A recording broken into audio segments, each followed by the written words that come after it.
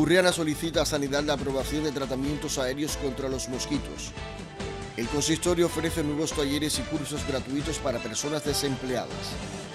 El ayuntamiento recibe 470.000 euros del Fondo Social por obligaciones de la Administración Autonómica. Turismo impulsa la adecuación de refugio antiaéreo Camí d'Onda para hacerlo visitable.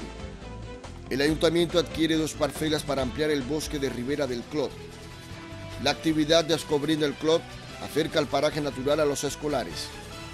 Burriana inaugura con gran participación la 6ª ruta de la etapa.